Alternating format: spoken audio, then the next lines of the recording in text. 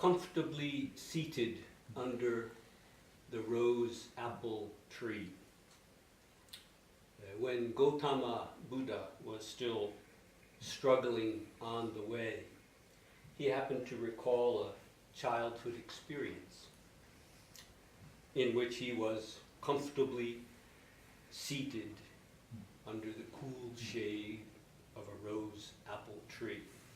Still a child, he spontaneously entered a deep and calm, peaceful state of deep meditation, free, as he described it, from sensuous pleasures.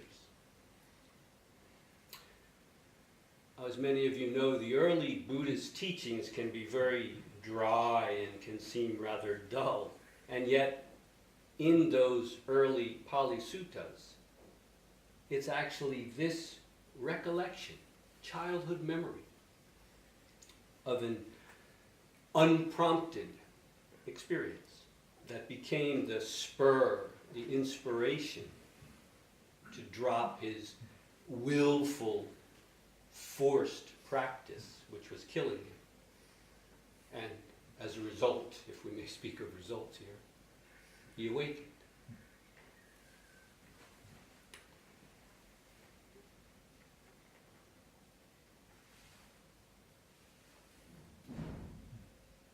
What about us here and now? Are we doing the right thing, sitting here, some on our butts, some in chairs, when the world is in the state that it's in? Isn't there something we should be doing? My response, wars begin in the minds of men, and it is here that peace is created. This very common, noble sentiment is found in many religions. It's also found in the preamble to the Constitution for UNESCO. You can find it almost anywhere if you look deeply enough. Conflicts arise in our own mind, our own heart, and true peace is found and nurtured here. Rather than an escape, as meditation can become, rather than an escape from the problems of the world, it should be pointing toward a genuine solution. How?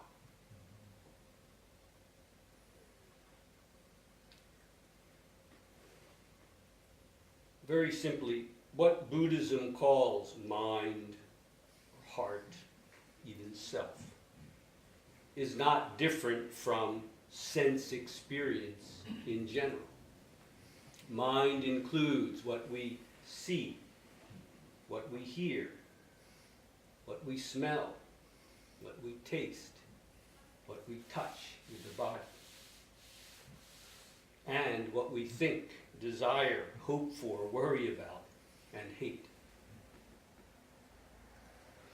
In a word, this mind, this heart, this self, if you like, is the totality of our experience. And sometimes this mind and its experience is moving too quickly, isn't it? Huh? As if mind has become an express train without brakes. We look out of the window, and again, I'm not just talking about seeing, but in all of our senses. In our experience, things are just rushing by. Huh? We can't seem to get our bearings. Huh? Everything just becomes a dizzying blur. I'm going too fast. I've got to slow down. Can anyone relate to this experience? Well, this is one way to illustrate the first noble truth of Buddhism, what I translate dis-ease. It's not just the wandering thoughts on the surface,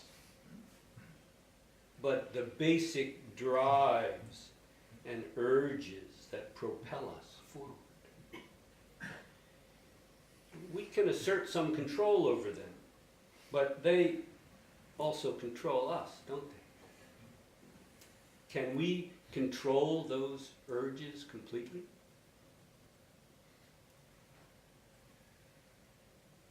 For example, through meditation, when we slow down that mind train, we are able to examine our dis-ease more carefully and respond in a better way.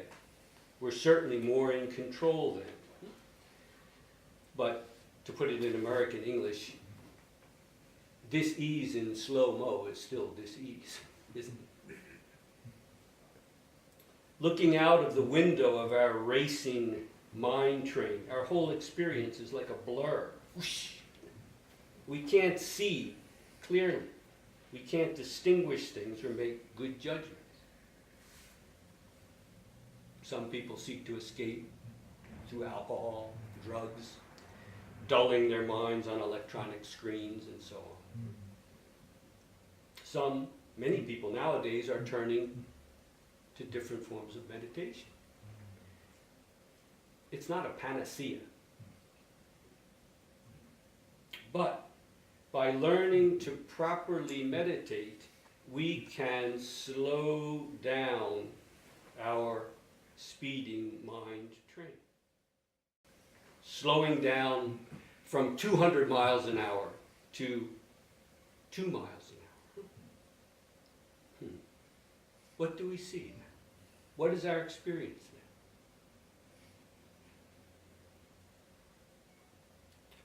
It's not another world, yet the world is completely different. For now we can see clearly the leaves on the tree, the shoes of the person walking by. We can see each flower. We can experience the beauty shining all around us. And we can respond better to conflicts that arise within and without.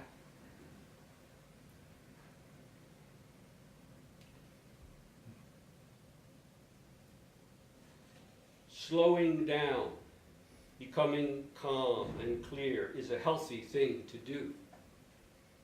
That in itself may save our lives. You jump into your car, mind racing, it may be the last ride you take. And yet, as valuable as this slowing down is, it's still scratching the surface, isn't it? In fact, this slowing down process can then lead us, excite us to speed up again. In a word, we are still on the endless cycle. Slowing down, speeding up, slowing down, speeding up. I invite you to examine your experience and see, is this true or not?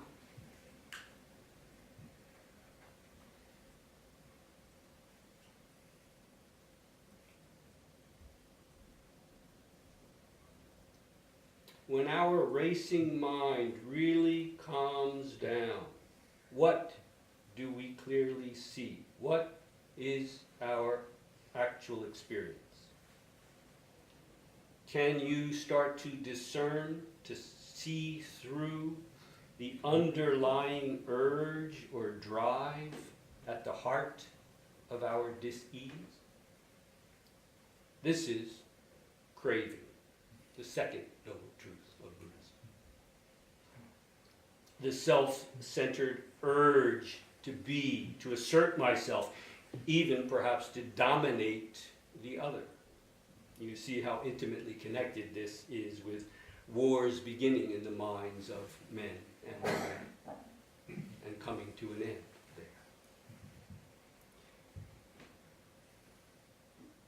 Find out for yourself. Really slow down the mind train that you are. Further, I invite you to complete that process. Let the movement of mind itself the experience of self come to a full and complete stop. Then see what's there. What's here before thought arises? Before you have deemed this black, before you've made a judgment about it. What is it? A cushion? The whole universe? Nothing? What is your actual experience right now before mind arises? You see how self is stuck. Stuck to itself. Stuck in itself.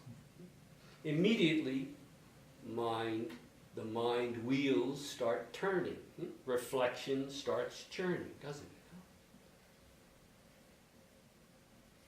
Self cannot come fully to rest. For the experience of self is unrest. Look and see yourself.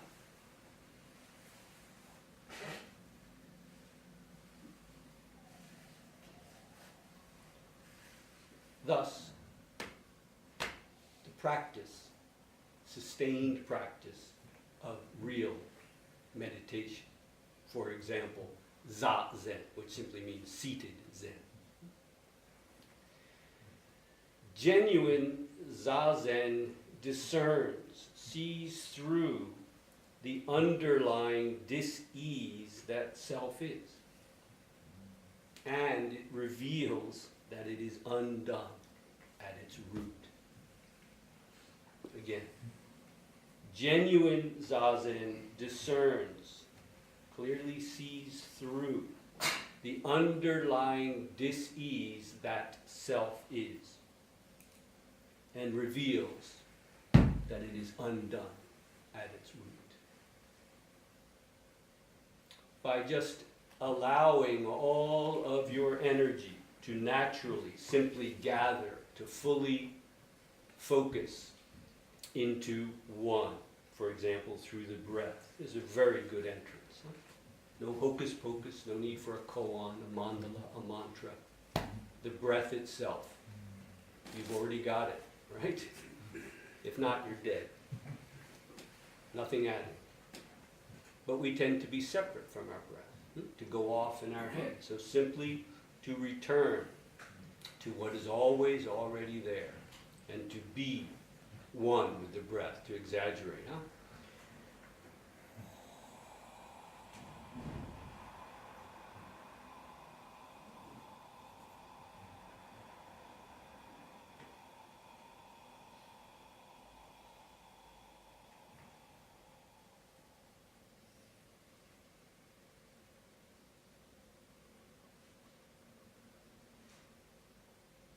No inside, no outside, no better, no worse, no illusion, no enlightenment. Just the breath, breathing itself, you might say. Without judging, without anticipating, without expecting, without comparing. Zazen, genuine meditation, is beyond compare. It's before compare. And it's beyond compare. Just being fully present with pain in your knee, if that's what's there. Letting it be just as it is. When it comes down to it, Buddhist meditation, not just Zen. Buddhist meditation in 2 words. Stop. See.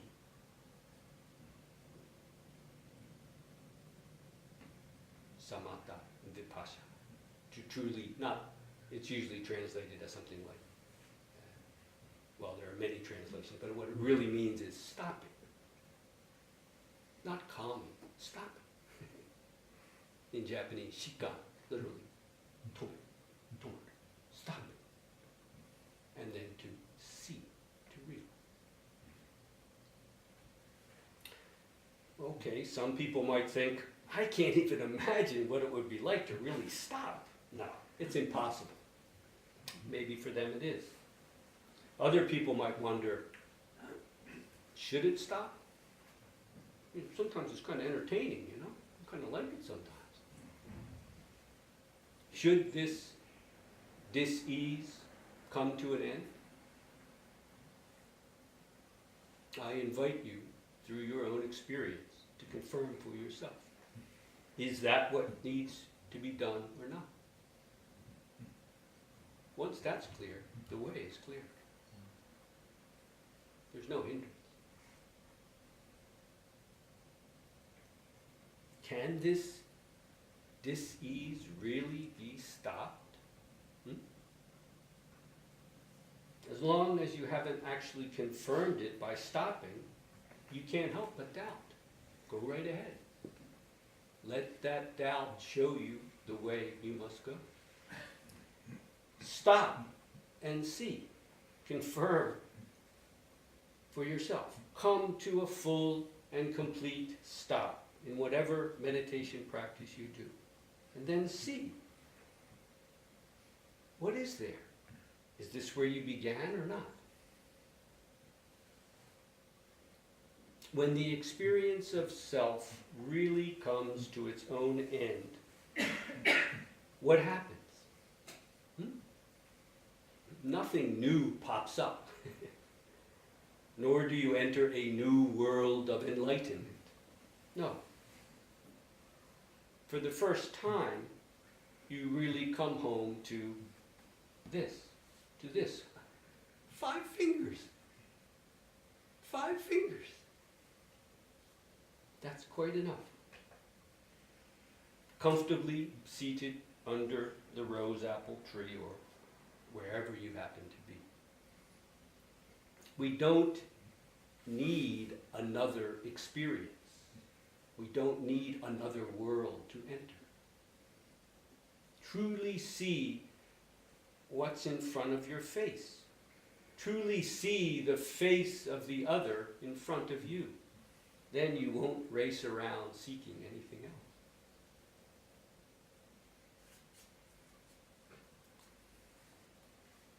Is practice difficult for some of you? If it is, what makes it difficult? Have you seen that? What makes it difficult? Wars, conflicts are created in the minds of men, aren't they? Find out what's wrong with your practice and correct it. One of the great values of a retreat. You already know, don't you, from your own experience, I can slow down this mind train.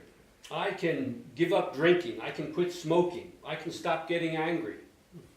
I can let go of painful cravings and dangerous delusions. Yes, all of this is good and true. By all means, do it.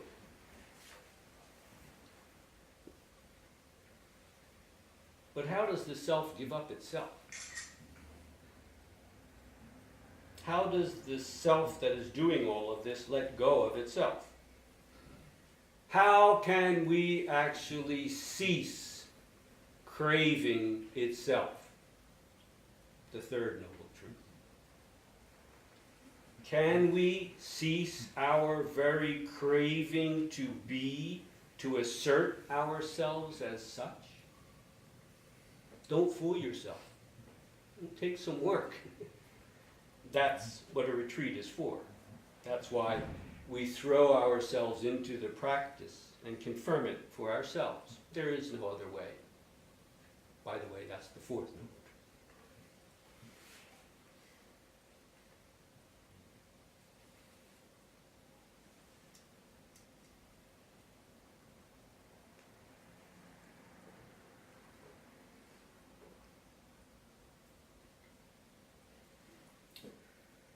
Let's return to the beginning.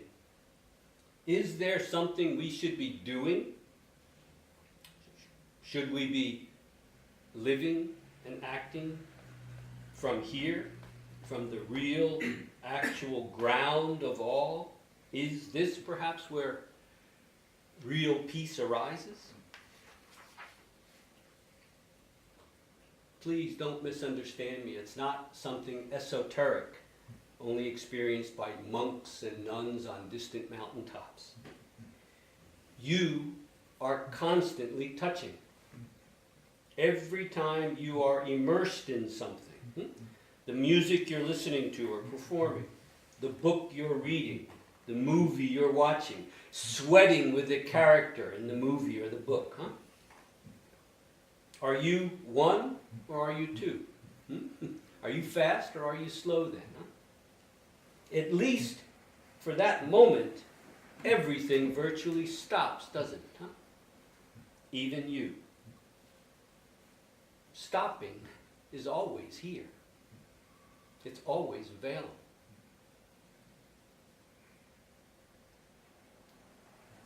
Right here is where we stop.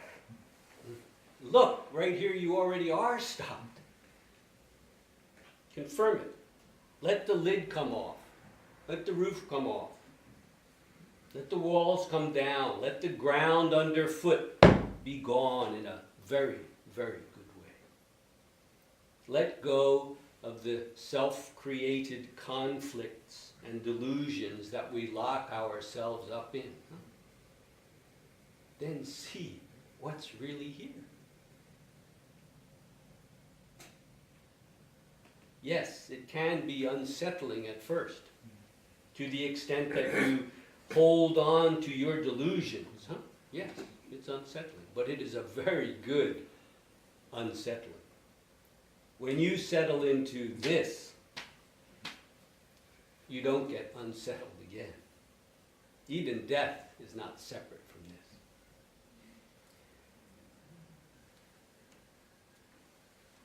this. In London, I hope you'll excuse me from quoting the great American poet Walt Whitman. I am not contained between my hat and boots. I believe you all can understand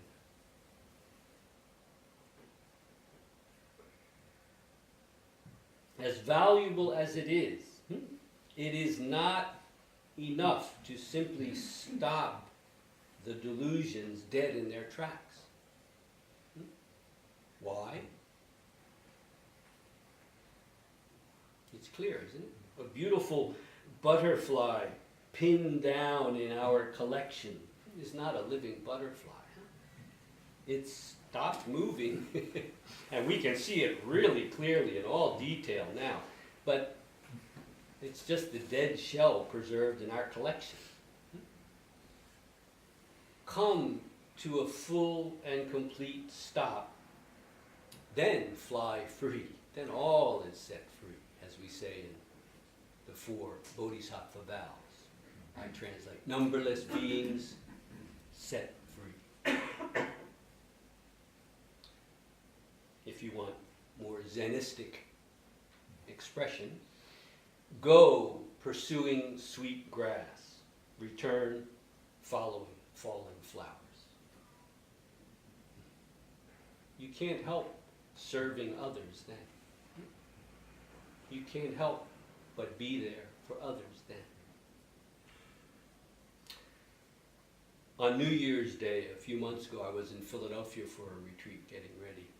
And New Year's Day, I sat for a little bit, and not really a New Year's resolution, but I thought, what do I really want? What is there left for me to do? Nothing came to mind. There was nothing I desired. Friday, I'm going to go with my wife, who's going to come from Japan, and we're going to go down to Venice for a vacation for a week. She's always wanted to go there, and now the conditions are right. I really look forward to that. But I don't need to, as we say, see Venice and die. I could just as well die and then see Venice. But I'm really happy that I can go with her. But it's not as if something is lacking in our lives. There are many things we can and should do and hope for. Yes. But I couldn't think of anything on New Year's Day. Then it came. To serve others. I want to be here for others, even if it's just to enjoy comfortably seated under the rose apple tree. That's quite enough.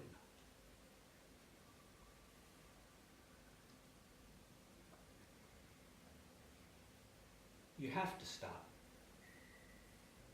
If you are going to practice Buddhism, you have to stop. And once you stop,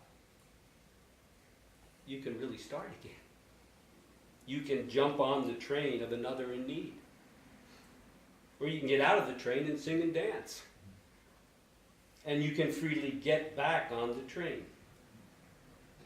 You can be going at 500 miles an hour. You're still stopped. Then really move and work and do what needs to be done from there. However little that may be, but we do what we can.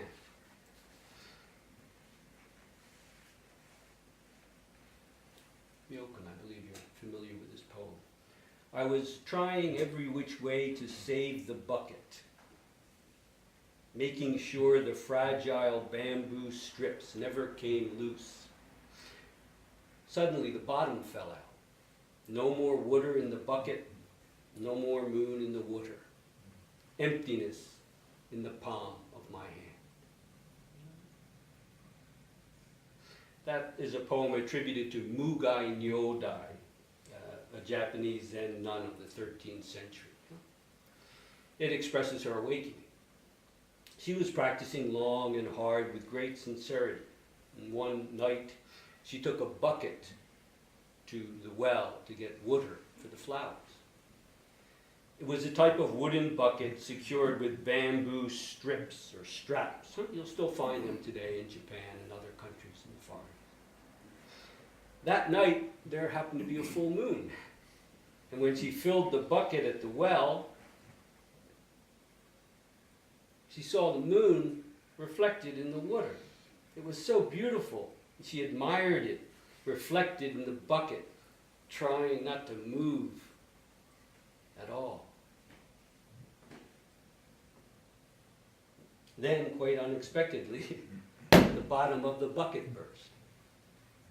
All of the water was gone, and of course the moon as well. The moon is a common metaphor for the mind. Awakening, she realized how all of her practice of letting go was really desperately holding on, trying to keep it together. As she says, I was trying every which way to save the bucket, making sure the fragile bamboo strips never came loose. Well, there are a bunch of other Zen expressions I could use, but I'd like to use one from a Christian friend. I'm not a very good Buddhist. It's a commentary on the cloud of unknowing, in English, classic mystical texts. In trying to make it approachable, my friend put it this way in one of his sermons. The only thing between you and God is you.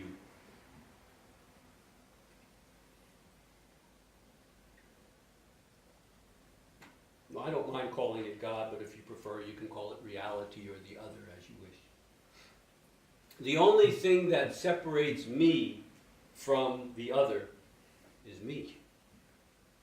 That separation is not real. There's this, there's that. But the separation is not real.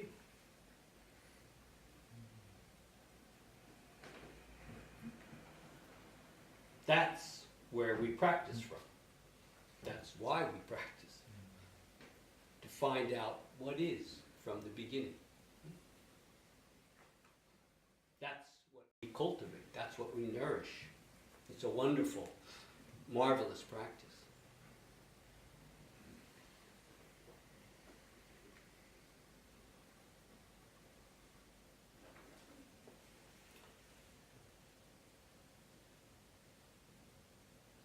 I've already mentioned comfortably seated under the rose apple tree. It's a very nice metaphor, and it's what got Gautama Buddha out of the deadlock he was in of just trying to will his way, force his way into enlightenment. He was killing himself instead.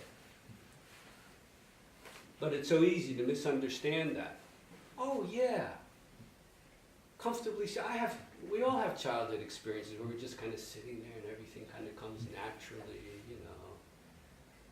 Well, maybe that's the way, huh? Right? Not extreme asceticism, but not indulging in the senses, old middle way there, huh? It's a crass misunderstanding, isn't it, huh? It's not the middle way, it's the core way. It's clear, isn't it, huh? What did he do when he remembered that experience? He actually said, if we believe the Pali Sutras, this experience as a child, should I be afraid of that experience? No, I should not be afraid of that experience. That experience may show me what has been lacking in my practice. And so he decides to bathe in the river, which he hadn't done for a long time, and take some nutrition, some milk that he had been given as an offering. The other ascetics that were practicing with him saw him and thought, he's a wimp. He wimped out. He chickened out, see? So they decided not to practice with him anymore.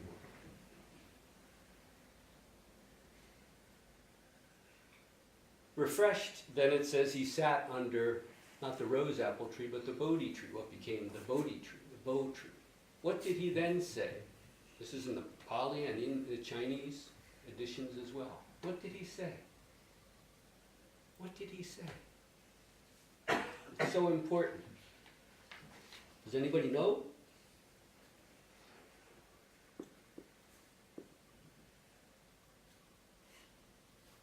He remembered this experience of just naturally, in a sense, entering the way.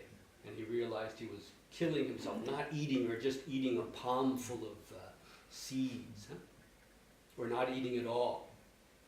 It describes, what did he get? He got a heck of a headache. That's right, that's what will happen. He tried not sleeping for long periods, and he found he just got weaker and weaker.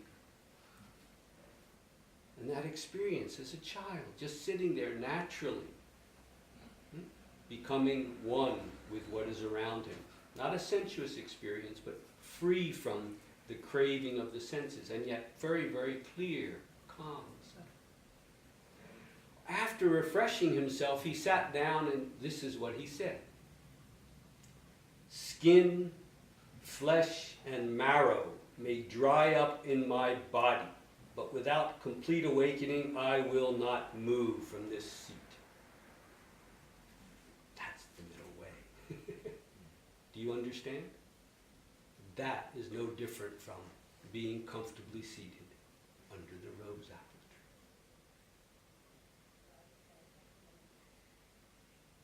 He's not now saying as some tremendous willful effort, I'm not getting up until I got the big one. He had to go to the bathroom. What he's saying is, what he should have said, I can't get up. Not that I can't get up from this posture. I cannot stop this practice until I have stopped it all. It's clear. There's nothing else for him to do now. That's what he really means. It's not some kind of now I'm going to break my way through into enlightenment. No, he's beyond that. He already saw the dead end of willful practice. But it doesn't then mean, so he just took it easy. No, now there's nothing to get in the way. You see? He's not banging against the wall of himself anymore. And so naturally, just as natural as comfortably sitting under the rose apple tree, now he says, I cannot stop until it is done. Quite a natural thing.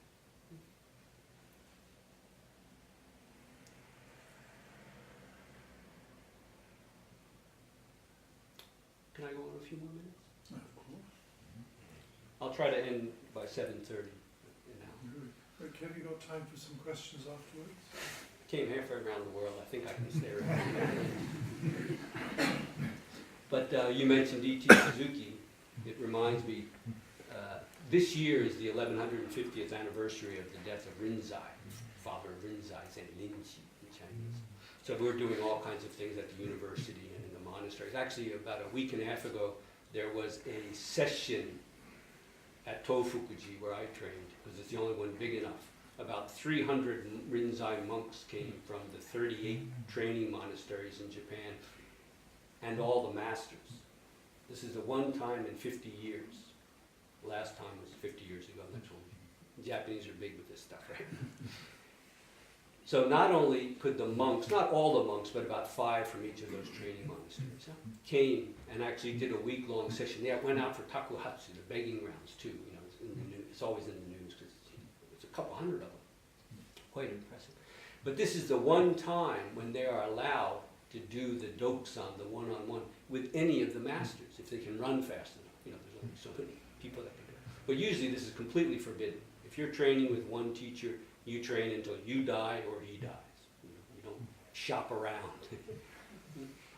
But in this case, that's what is happening. And it was about 10 days ago they had it. And in May, we're going to have a big international conference on the record of Rinzai.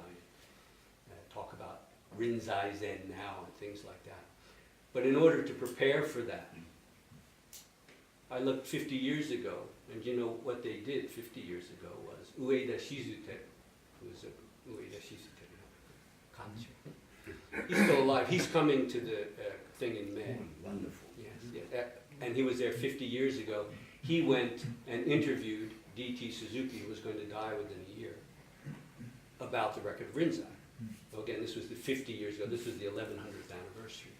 And it's a wonderful interview. It's translated into English in the Eastern Buddhist. But I wanted to go back to the Japanese text to see what was in there. It's very interesting because there's one line in there. Ueda Shizuteru is a religious philosopher who trained as a layman, just like D.T. Suzuki trained as a layman.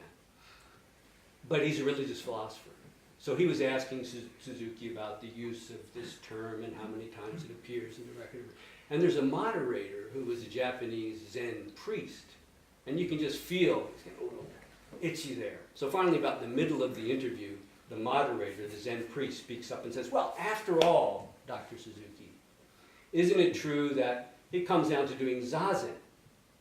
It's not talked about a lot in the record of Rinzai, but after all, it's Zazen, isn't it? And D.T. Suzuki's answer was, no, it's not Zazen. Literally, no, it's not Zazen itself. It's what makes you do the Zazen. That's it. It's what makes you do the Zazen.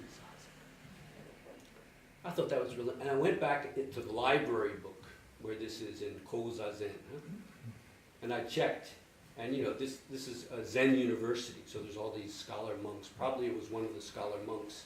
And it's not underlining it because this is an old style Japanese book, so it's from top to bottom, right to left. But he sidelined. That one line is in red ink, probably from some Zen scholar. I love this university.